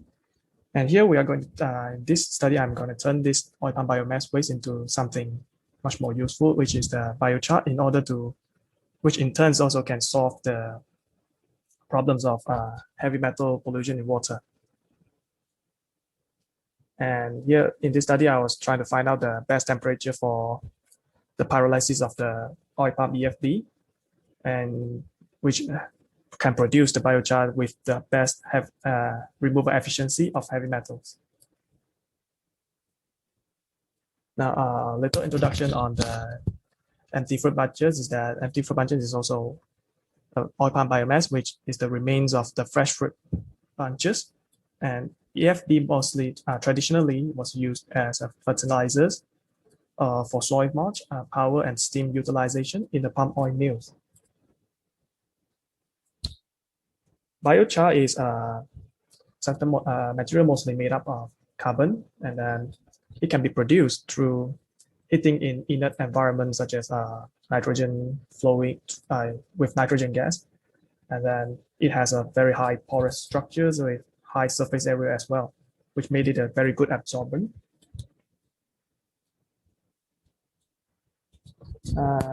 Going on to heavy metals, heavy metals are metals and metalloids that have relatively high density, and it could have a high toxicity in human body with a very small amount. And due to its bioaccumulative nature, such, for example, if these heavy metals goes into the aquatic environment and it contaminates the fish, and we humans take up the fish, and these heavy metals could end up accumulating in our human body, which it could cause severe health consequences. Well, these heavy metals mainly comes from industrial, mining, and agricultural events, and it could sometimes come from the leaching from some water pipings. One of the heavy metals I will be focusing on in this study is nickel. Nickel is being widely used in industrial field. It is also an essential trace element, which is very much needed, just a little in our body for the body function. However, which leads to easily overexposure that can cause a lot of health consequences, like nickel hypersensitivity, the contact dermatitis, or even cancers. Now, the next heavy metal focus in this study is copper. Copper is being widely applied in batteries and fertilizers. Well, it is also the trace element needed for the body during the hemoglobin production. However, they just the same as other heavy metals, overexposure may lead to health consequences, and particularly this one may lead to liver or kidney damage. Here's some literature review on this study. I found out that there's some other feedstock being used to produce biochar, which includes rice straw, neem, sugarcane, pine wood sawdust. They're all being, and basically all of them are here. The removal efficiency or the absorption capacity is increased when the temperature is being increased to a certain level. They absorb it when they are being used to remove heavy metals like copper, cadmium. Now, the research objectives of this study is to optimize the pyrolysis temperature in OPEFP charring, and to also study the removal ability of nickel and copper ions using OPEFP biochar. Well, the methodology of this in pyrolysis is that we take OPEFP and then we put it into a tube furnace for heating at various temperatures, starting from 300 degrees Celsius to 700 degrees Celsius, with nitrogen gas flowing through it, and then with a stand time of 1.5 hours. And then eventually we have the OPEFP biochar, and then we use it for the heavy metal sorption. Then we test it with the MPAES machine. There's also part of it. We have a pre-treatment on part of the OPEFP, which we take it and then we boil it in distilled water for 1 hour, and then we dry it inside an oven at 80 degrees Celsius overnight. And here are some preliminary results that I found out. For the removal of nickel, the REFBB here stands for the raw empty fruit bunches biochar. FEFBB is the factory empty fruit bunches biochar, and the last one, PTFEFBB, is the pre-treated factory empty fruit bunches biochar. So all of them will have done through temperatures starting from 300 to 700, and the percentage yield, as we can see here for the three types of them, the percentage yield goes down as the temperature goes up. And however, for the percentage removal, the percentage removal comes to a high value, and it reaches around 500 to 700, which we can see at REFBB and FEFBB. They are around 90-something% of the percentage removal. But when it comes to the PTFEFBB, it drops to around 10+% and increasing with temperature.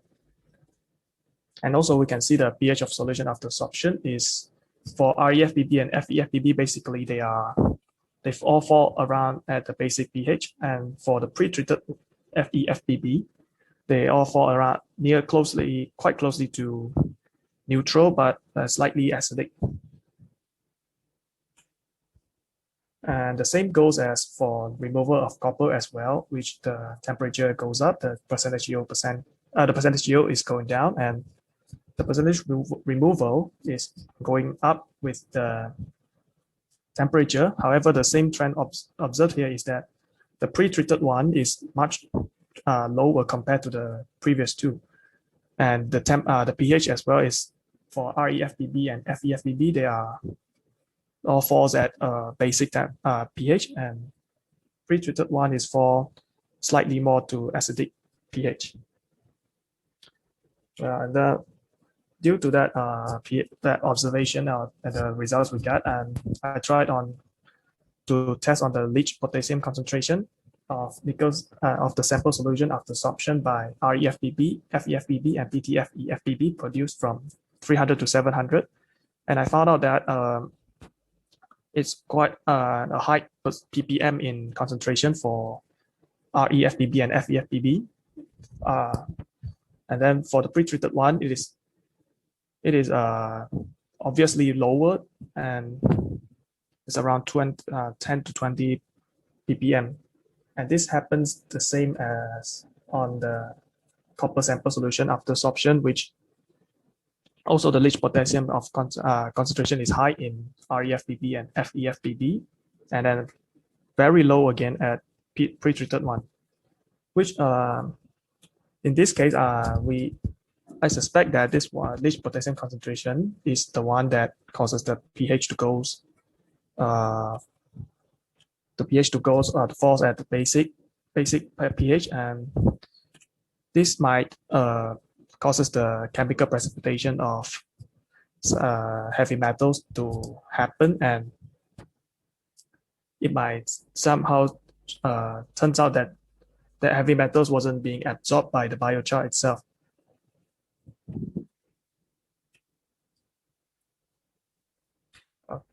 Here are the references I have used using preparing this presentation.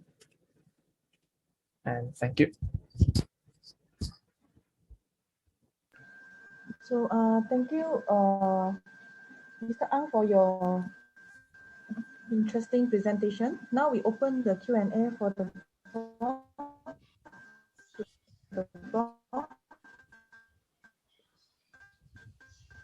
So do you have any question to ask?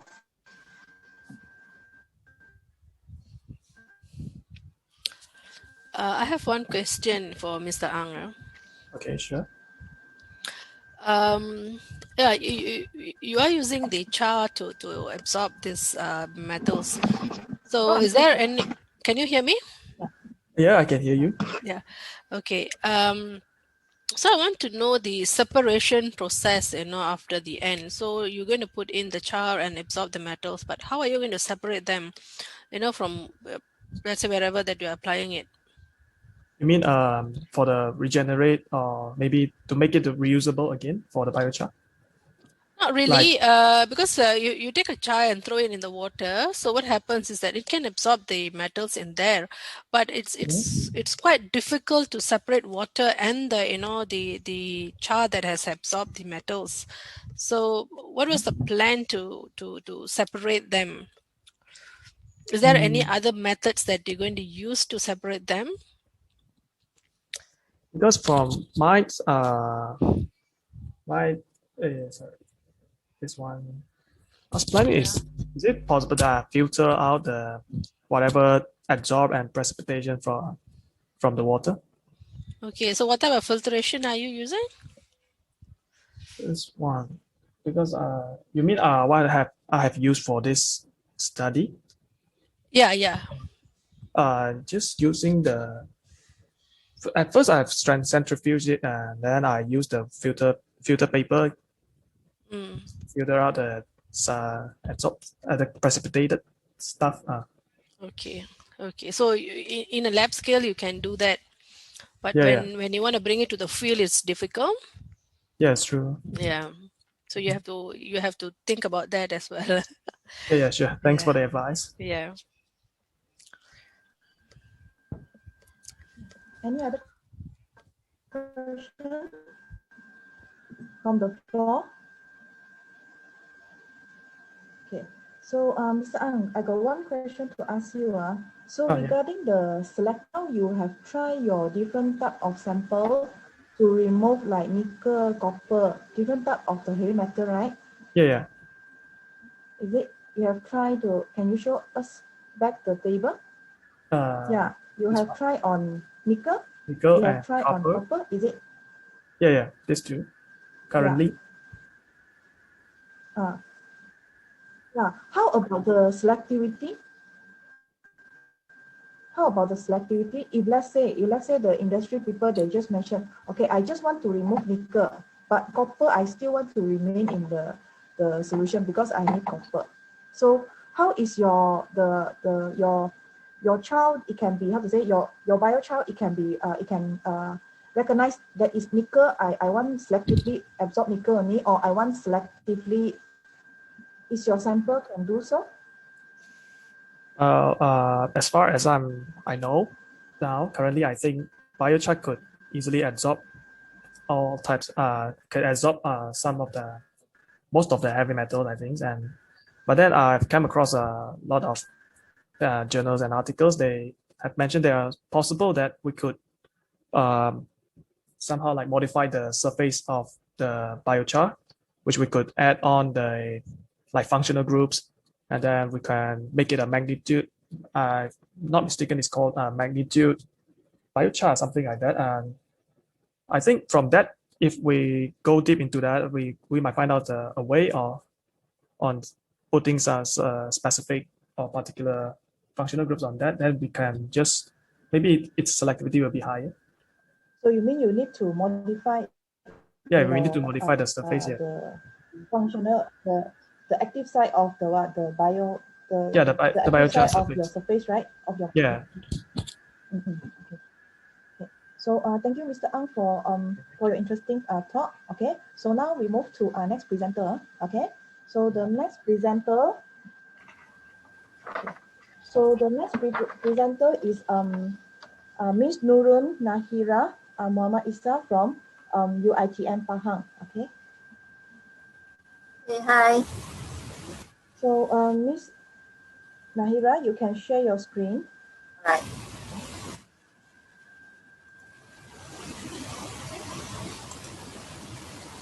Yeah, we can see your screen now. Okay, you can start your presentation.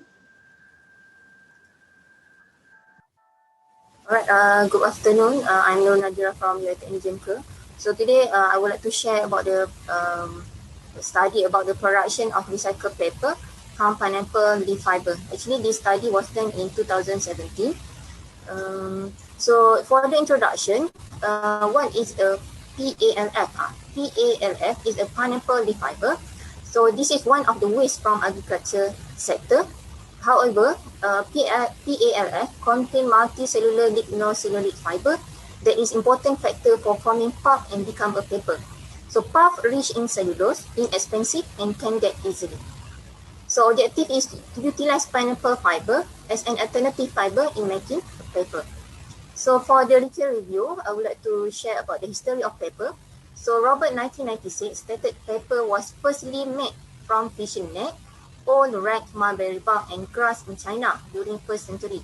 So after 170 years later, paper was made from various non-wood fiber such as flax, hemp, grass, cotton and oil rag. Nowadays, non-wood fiber becoming one of the main material in some part of Asia, but 90% of global pulp using wood fiber. So this is ready 2005. He shared the length to diameter ratio of individual cells in a fiber affect the flexibility and resistance to rupture of the fiber and product.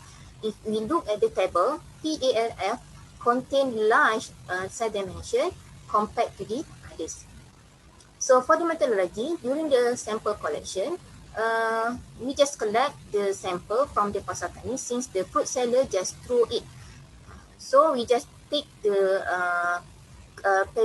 pineapple crown to make the paper. So next is cutting the pulp. Pulp will cut into 5 cm to make it smaller and easy to process. And then we dry the pulp put in the oven at 80 degrees Celsius for 24 hours to remove all water content in the pulp. And then for the cooking process, we mix with 75 of sodium hydroxide diluted in 1,800 milliliter distilled water. The mixture is then put into the MK digester for the cooking process. So the machine runs at 170 degrees Celsius and 10 psi for 3 hours. So this process is essential in order to remove lignin and separate cellulose fiber from the leaf. So the product of slurry fibers are called as pulp. So next is a cleaning process. The outcome product that results from the cooking of pulp is the pulp. And then the pulp undergo cleaning process to remove the sticky texture formed from the sodium hydroxide mixture and the black liquor. So this integration, clean pulp is then being put into this integrate container with 2 liters of water. Then the mixture was disintegrated in the standard disintegrator machine by using 3000 RPM. So this is to lose apart the clump form pulp collected after the cleaning process. And then the screening process is a process where selection of perfect size of pulp fiber and removal of unwanted material inside the pulp. After that, we go to beating or refining process, and this process is mainly to delaminate the fiber cell wall, increasing flexibility and fibrillation of the fiber surfaces. So it is important for making the paper density, hardness, smoothness, and internal bond strength increase. So the machine that we use is PFI mill. We set up to 10,000 RPM. So in making the paper, the amount of pulp that we use was based on the oven dry weight of fiber, in which can be calculated by using the formula stated below. So to make 2 rough paper and 2 actual paper, 6 GSM, 24 gram of oven dry fiber required. So we do the trial paper first. So after beating process, this integration process was done again. Then the fiber was being soaked into 5 liters of water. The total volume of mixture would be 7 liters, which is from 2 liters in this integration process and 5 liters from the water. So then 500 ml from the mixture was filtered by using round type mold. Another 500 milliliter also been taken for the same process. So this is also the trial paper making. And then so for the actual paper making, so adjusted the amount of water in the fiber mixture, finally proceed for actual paper making. 410 millimeter of mixture were filtered using the same round type mold. This fiber layer was also being pressed with 10 kilogram roller. This step were repeated until 10 fiber layer is achieved. So after that, we dry the paper. So 10 fiber layers were covered with paper cloth and then is placed on paper sheet former machine in order to suck out remaining water of fiber layer. The fiber layer will left dry at conditioning room temperature for 24 hours rather than dry in using paper sheet dryer. So why we use the air conditioning room temperature instead of using paper sheet dryer? Because drying paper using dryer will later cause the paper become wrinkled, in which making the labeling of section of paper for test and determination of paper thickness become inaccurate. So there are a few testing methods that we use to know that is it suitable pulp to develop as a paper. So first is a Freelance test. This is we want to measure how quickly water is able to drain from a fiber finished sample. So the test was being done by using Canadian standard Freelance.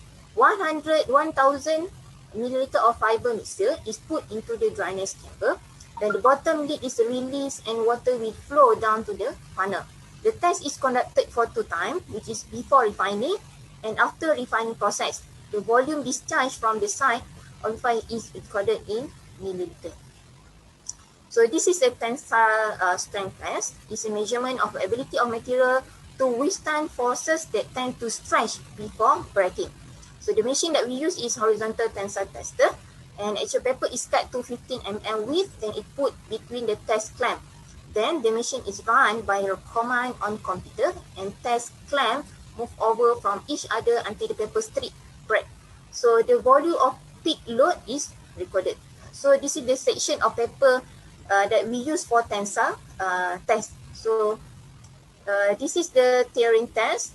So tearing test is a test that covers the measurement of the tearing strength of paper by using tear tester equipment.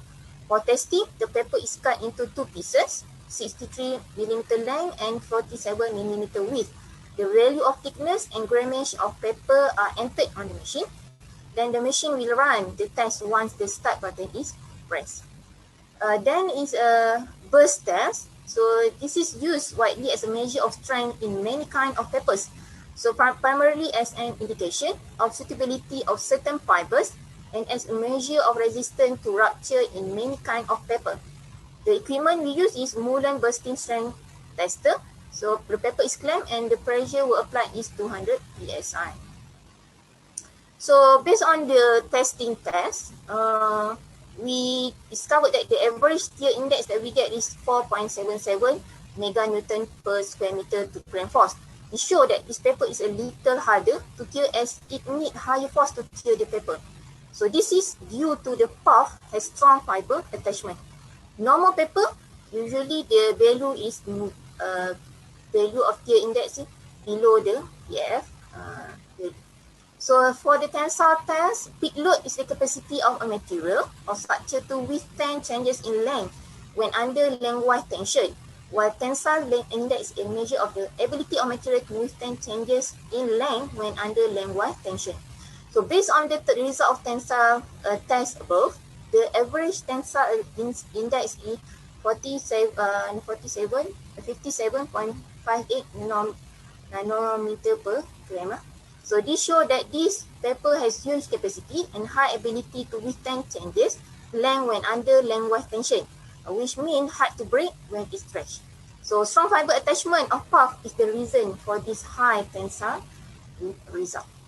And then the burst test shows that the maximum hydrostatic pressure required to produce rupture of the material. So based on the result of the burst test, the average burst test is 5.96 kilogram force per meter square. This shows that this paper has high resistance from rupture, in which the object penetration to the paper will be harder. Strong fiber attachment and flexibility of pulp is the reason for the high burst index result. So for the freeness test is to show how quickly or slowly water is drained from the pulp. The test is conducted for 2 times, which is before refining and after refining process. The volume after indicates the value of freeness. The lower the value, the greater the paper ability to absorb moisture. From the value of both freeness, we can see that the fiber has ability to absorb moisture.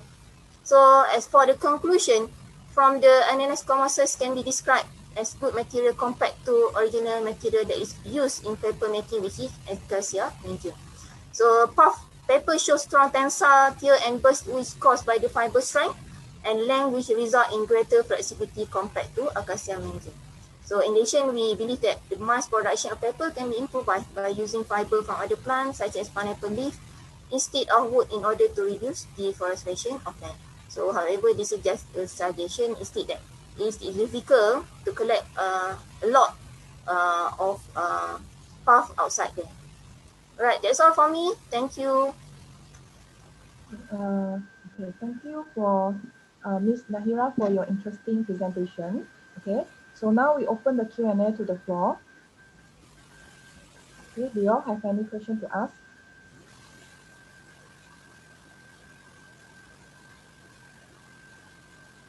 Ms. Nahira, I have a question here. Just want to ask you, okay, when you doing this kind of how about the application? Do you is it we can use like the normal paper for the writing? Well, actually it can write, but the structure is not suitable for not smooth, right? Not smooth, right? Is it? Yes, not smooth. So if not, I will on my my video. I want to show you this is the paper that we produce. So this paper was produced in 2017, but still the color is yellow. But if you want to write on it, not suitable as we use the normal paper daily. So this is the paper. Oh, I see. Okay. So, what do you think about the application of this paper? It is suitable in use in what application? I think this paper suitable to make a box rather than a writing Okay. paper. Or a box making. Okay. Ah, So, box. during your process, right, do you think you can control the thickness of your paper or density or the physical property of your paper?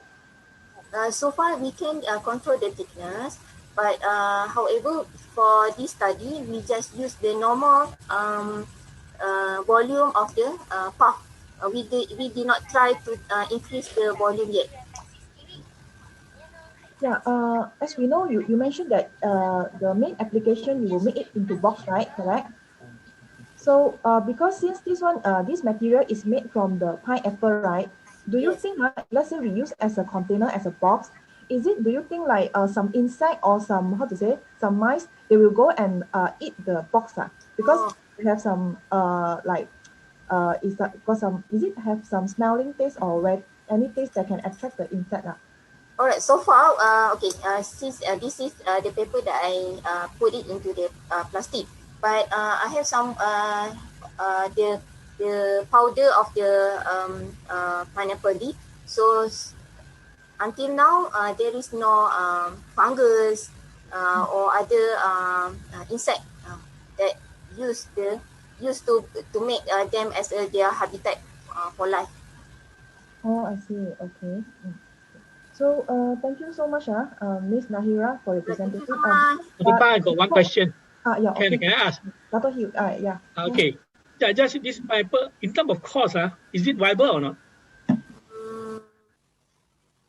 In terms of cost, Costing, making one. Now they are making papers from stone. Now you're using yeah, pineapple. Is it, in terms of cost, is it viable or not? yeah. In terms of cost, it's variable, but we have to have a lot of crown pineapple because this is the small scale study, so it's enough. But for the large scale, I don't think we can produce more. So I think we can. So for small scale, it's okay. For large scale, we have to maybe contact to the people who plant the pineapple to get the crown after they harvest. Okay.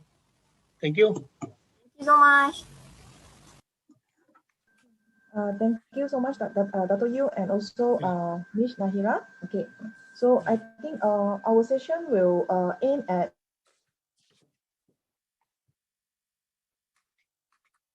3:30. So now it's about 3 on time. Okay. Thank you for all presenters and also Dr. Yu and also Dr. Pushpa. Okay. So our next session will start 3:40.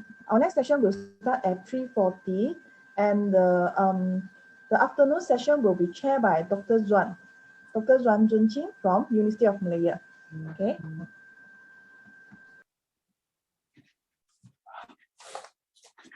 Now we have a tea break section from 3:20 to 3:40. We have a coffee break. Okay. We will have a break from 3:20 to 3:40. And then I just announced that all the presenter please come back on, and all participants please come back on time at 3:40. Okay. So we will have our afternoon session from 3:40 until 5:40, which is chaired by Dr. Zhuang from UM. Okay. Thank you.